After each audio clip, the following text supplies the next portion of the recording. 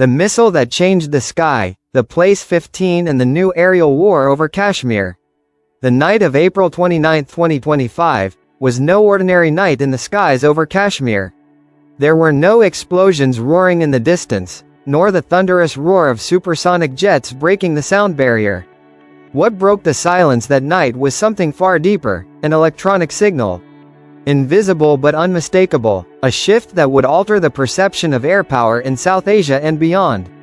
That night, a new chapter was written in the history of aerial warfare. In the darkness, under the weight of decades of tension between India and Pakistan, an unprecedented confrontation unfolded. It wasn't a traditional battle, nor was it just a simple training exercise. It was the first documented air engagement between Indian jets and Pakistani combat aircraft equipped with cutting-edge Chinese technology. But what truly made this night historic was this. For the first time, a Place 15 air-to-air missile, made by China, was fired in a real combat environment. For years, Western military experts had theorized about the potential of the Place 15. A missile with a range of over 200 kilometers, integrated AESA radar, and advanced bidirectional data link capabilities. It was a key piece of the Chinese technological puzzle, but until then, its effectiveness remained hypothetical. That night, the missile ceased to be a concept and became a reality. It wasn't used against insurgents or simulated targets, but against one of NATO's most sophisticated jets, the French Rafale, operated by India. Rafale versus J-10CP, a clash of titans. India responded to the first sign of aerial intrusion by sending its best platforms, the Dassault Rafale.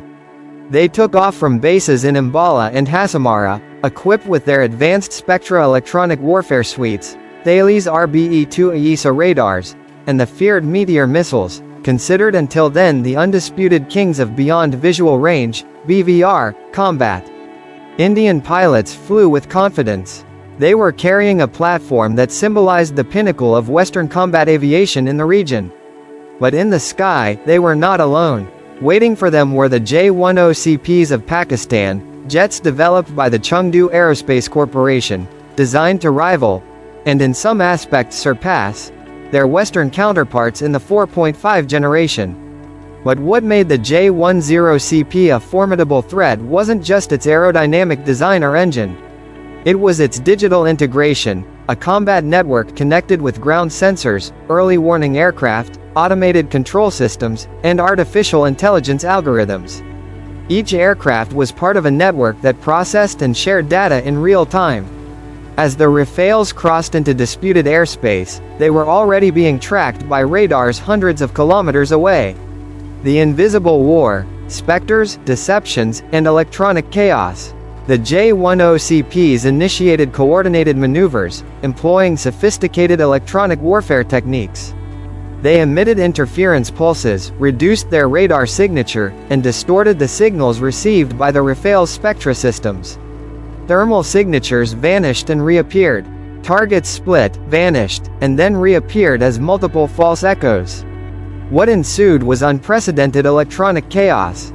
A ghostly dance in the sky. Amid this confusion, one Indian pilot lost his radar lock. Then another. And then came the warning: an enemy missile had been launched. It was a Place 15, electronically guided, with AESA radar, assisted by artificial intelligence, and powered by a ramjet engine that allowed it to maintain speed and maneuverability even at great distances. It was approaching from over 150 kilometers away. The Rafale's defense systems activated. Decoys, evasive maneuvers, electronic jamming.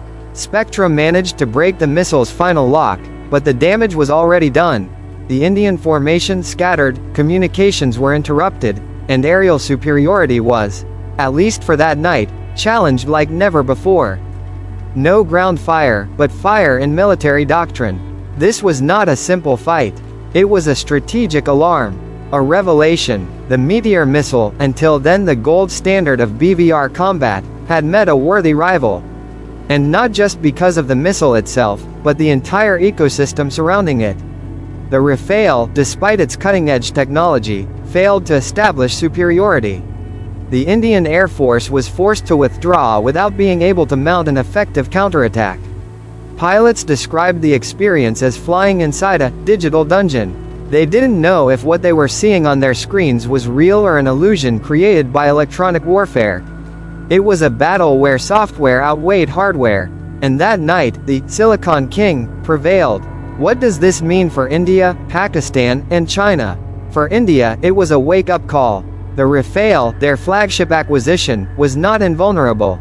Traditional doctrines of aerial combat, based on technological superiority and electronic dominance, had been successfully challenged by an integrated, non-Western digital system. New Delhi now faces critical decisions. Should they accelerate the development of sixth-generation aircraft?